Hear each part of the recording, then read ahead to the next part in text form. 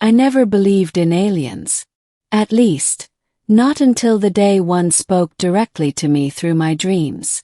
It started 3 months after the Aurora event, the strange burst of light that turned the night sky over Earth into a kaleidoscope of shimmering colors. Governments said it was a solar flare interacting with the magnetosphere. Astronomers disagreed, but no one could prove otherwise. Still after that night, people began reporting signals in their heads. Dreams, visions, and voices whispering in languages they didn't understand. I thought it was mass hysteria. Until it started happening to me. At first, it was just a feeling, a presence watching from the edges of my mind. Then came the voice. Soft at first, feminine, layered like it was spoken through 1,000 echoes. She said only one sentence. "Stay alive, human. I am coming for you." I woke up drenched in sweat. The clock said 3:33 a.m. Over the following weeks, I started noticing more. Power flickers when I was near electronics, static bursts on my comm screen, even distorted images appearing in the corner of video feeds. I'd been a systems engineer at a private space mining firm, TitanWorks, based on Mars Station 3, and I prided myself on logic.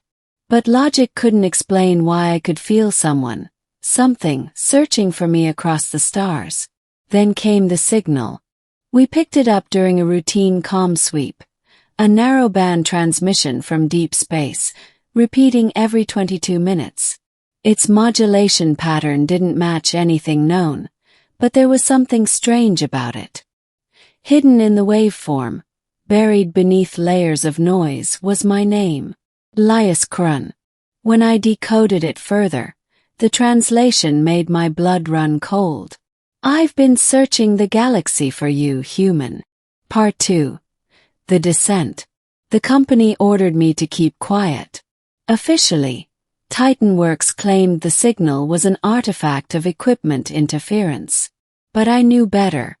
And when my dreams began showing a tall figure, silver-skinned, armored, eyes glowing violet, I realized the voice wasn't random. She had form, purpose, and memory. The dreams became clearer. She was aboard a ship, vast and alive, with corridors that pulsed like veins. Her name, she finally revealed, was Saranth Velkar, a warrior from the Vori Dominion, a civilization so old it predated human history by millennia. She said she had fought in a war that spanned galaxies. And somehow, impossibly, I had been a part of it. "You do not remember," she told me through a haze of dreamlight. "But once you were not human. You were one of us. You fell in battle, your essence scattered, and your soul was reborn here on this small blue world." Sounded insane. Reincarnation. Alien souls. But then she showed me. Visions poured through my mind. Alien worlds under twin suns, ships shaped like blades, cities floating above crimson seas. I saw her standing before me, holding my hand, not as a human but as one of her kind. And I felt something deep and ancient stir within me. Recognition. Then the dream stopped, and her ship arrived. I was in the Mars Station docking ring when the alarms went off. Security scrambled, thinking it was a rogue asteroid. But what appeared wasn't natural. A vessel emerged from subspace, sleek and dark as obsidian. It made no attempt to hide. Before the station's defense systems could lock on, a beam of blue light lanced out and enveloped me. I was weightless, suspended in energy, and then I was gone. Part 3. The Starborn Warrior.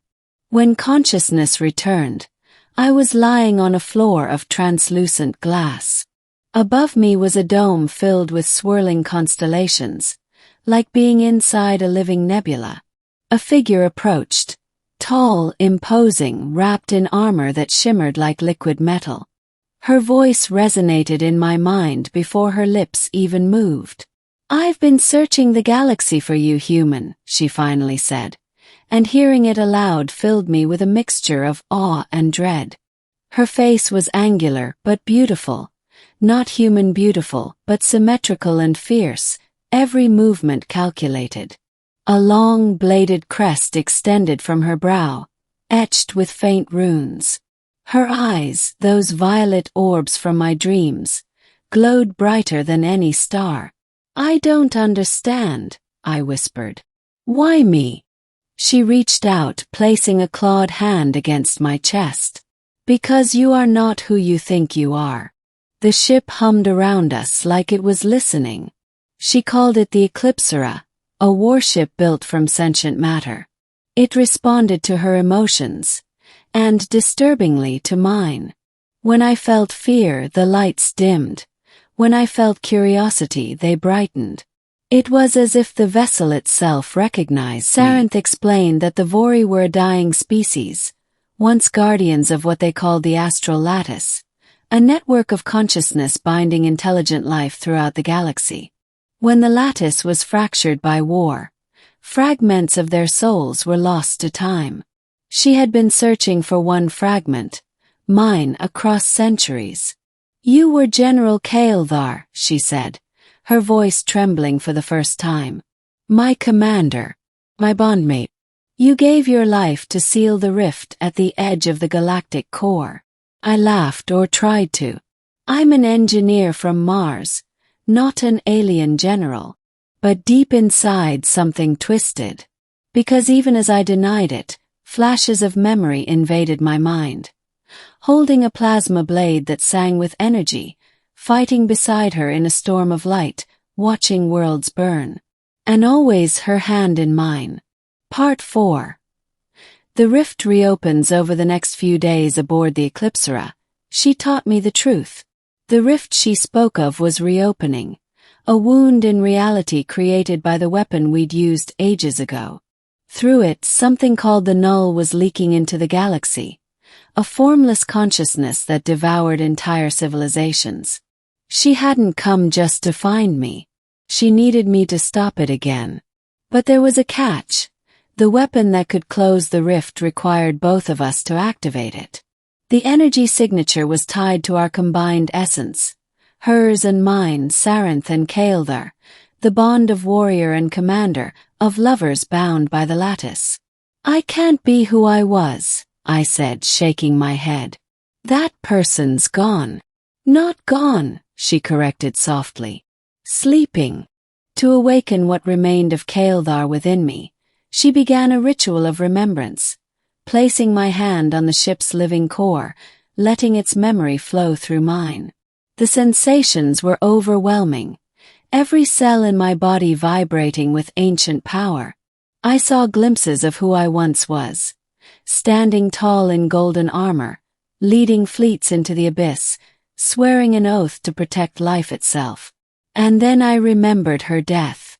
In that final battle, Sarenth had thrown herself between me and the Null's energy surge. I had watched her dissolve in light, her last words echoing through the psychic bond. "Find me when the stars forget our names." Gasp, pulling away. She caught me before I fell. "You remember," she whispered. Tears burned my eyes. "I remember losing you." She smiled, a small tragic thing. "Then you remember love." Part 5. The heart of the rift, we reached the edge of the galactic core in less than a week. There, space folded upon itself, colors bent and warped, and every sensor screamed in confusion. The rift looked like a wound made of light and shadow, pulsing in rhythm with my heartbeat. From within, shapes moved, dark, shifting, sentient. The Null was already awake. Sarenth and I stood before the control nexus of the Eclipsera. The weapon, a beam of pure lattice energy, was ready, but it required synchronization. I had to open the part of my mind that was once Kaeldar's and let it merge with hers. "Are you ready, Elias?" she asked. "I don't know," I admitted. "But I trust you." We joined hands, and the world vanished. Our minds collided, human and Vori, past and present. Every memory, every life, Every emotion fused into one blinding moment. I saw what we'd been: warriors, lovers, creators, destroyers. The lattice itself sang through us, a chorus of infinite souls. Together we unleashed the weapon. A beam of light erupted from the ship, striking the heart of the rift. The null screamed, a sound without sound, pure consciousness writhing against annihilation. Base convulsed. The Eclipsera began to tear apart. "Hold on!" shouted. Sarinth smiled through the chaos. "We've done this before." The beam intensified. The rift imploded, not closing but transforming, sealing itself into a crystalline sphere that hovered before us, pulsing softly. Then everything went white. Part 6. The afterlight. When I awoke, I was back on Mars Station 3. Only, it was different. Outside the viewport, the stars looked sharper, almost alive. I tried contacting command, but no one answered. My reflection in the glass startled me. Faint lines of violet light traced along my veins, glowing softly beneath the skin. Her voice echoed in my head, faint but warm. "Do not mourn. The lattice remembers us." Sarinth was gone. But the Eclipsera had left something behind. The sphere, now hovering in the station's cargo bay. When I touched it, it sang, not in sound but in thought. Images of her filled my mind. Her laughter, her battle cry, her promise. And one final message. "When the stars forget our names again, I will find you, human." Part 7. The eternal search. Years passed. The galaxy healed, though few ever knew how close it had come to ending. I became a wanderer, part scientist, part historian, part ghost. The sphere traveled with me, its light guiding my ship through the void. Sometimes when I drift between stars, I hear her voice again, not in dreams but in the humming of the engines, in the rhythm of my heart. The bond between us may have spanned galaxies, lifetimes, even death itself, but it remains unbroken. And deep within me, the memories of Kael'thar still stir. I know she will return because she always does. The lattice doesn't forget its own.